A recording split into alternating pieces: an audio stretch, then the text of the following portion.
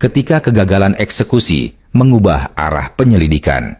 Kepolisian dan otoritas Nusa Kambangan menyadari satu hal pahit. Hukum, senjata, dan prosedur negara tidak cukup. Dalam rapat tertutup tingkat tinggi, seorang perwira intelijen membuka fakta yang selama ini dihindari. Rawarontek bukan sekadar mitos. Data lapangan, kesaksian medis, dan rekaman malam eksekusi mengarah pada satu kesimpulan. Ajian itu aktif dan terikat kuat pada jasad pemiliknya. Tim khusus dibentuk secara resmi. Tidak ada surat tugas. Tidak ada tanda tangan.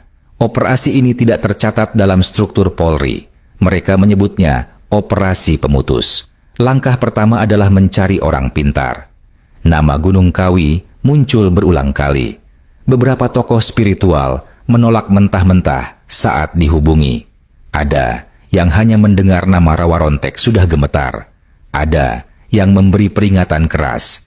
Ajian itu bukan cuma milik manusia.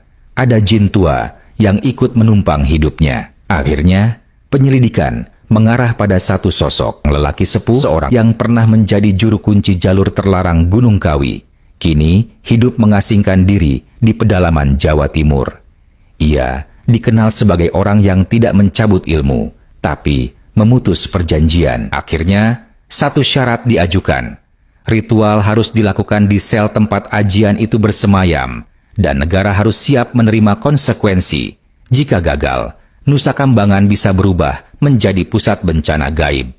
Malam, ritual ditentukan tanpa pemberitahuan publik. Sel isolasi dikosongkan, kamera dimatikan, listrik diputus sebagian. Hanya beberapa orang yang diizinkan untuk hadir, seperti polisi, tenaga medis, dan sang pemutus ajian. Begitu ritual dimulai, atmosfer berubah drastis. Udara menjadi berat, suhu turun, tahanan lain menjerit ketakutan tanpa tahu sebabnya. Di dalam sel, napi Rawarontek mendadak berteriak histeris. Bukan teriakan manusia, lebih seperti dua suara yang saling berebut tubuh. Orang pintar itu memulai pemutusan dengan menyebut perjanjian lama. Sumpah di Gunung Kawi, nama jin dan tumbal yang pernah diberikan. Saat nama jin disebut, napi itu menghantam dinding sel dengan kekuatan tak wajar. Darah akhirnya mengalir deras, pertama kalinya sejak ia ditahan. Perjanjian diputus, ucap sang pemutus, suaranya gemetar. Dan yang diambil adalah umur yang tersisa.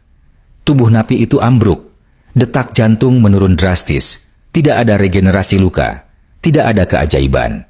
Untuk pertama kalinya, ia terlihat manusia biasa. Pagi harinya, laporan resmi hanya mencatat narapidana meninggal akibat kegagalan organ dan bekas luka, sisa-sisa tembakan eksekusi. Tanpa ritual, tanpa jin, tanpa ada ilmu Rawarontek yang terikat lagi. Setelah ritual pemutusan ajian Rawarontek dinyatakan selesai, perubahan pada diri Arka Wijaya terjadi jauh lebih cepat dari perkiraan. Tim medis lapas mencatat anomali yang selama ini tak pernah muncul. Tekanan darah menurun drastis, refleks saraf melemah, dan suhu tubuhnya turun di bawah ambang normal. Selama bertahun-tahun, tubuh Arka seolah berada di luar hukum biologis manusia.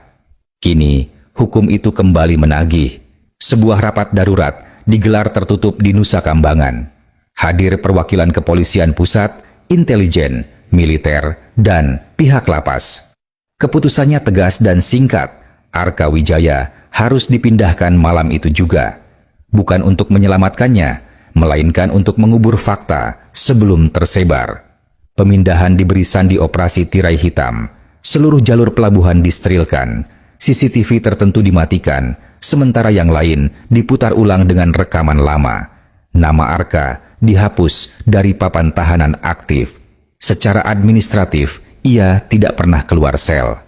Menjelang dini hari, Arka dikeluarkan dari sel isolasi. Tubuhnya kini kurus, bahu membungkuk, wajah pucat dengan mata cekung. Tidak ada lagi tatapan dingin yang dulu membuat sipir enggan menatap lama-lama.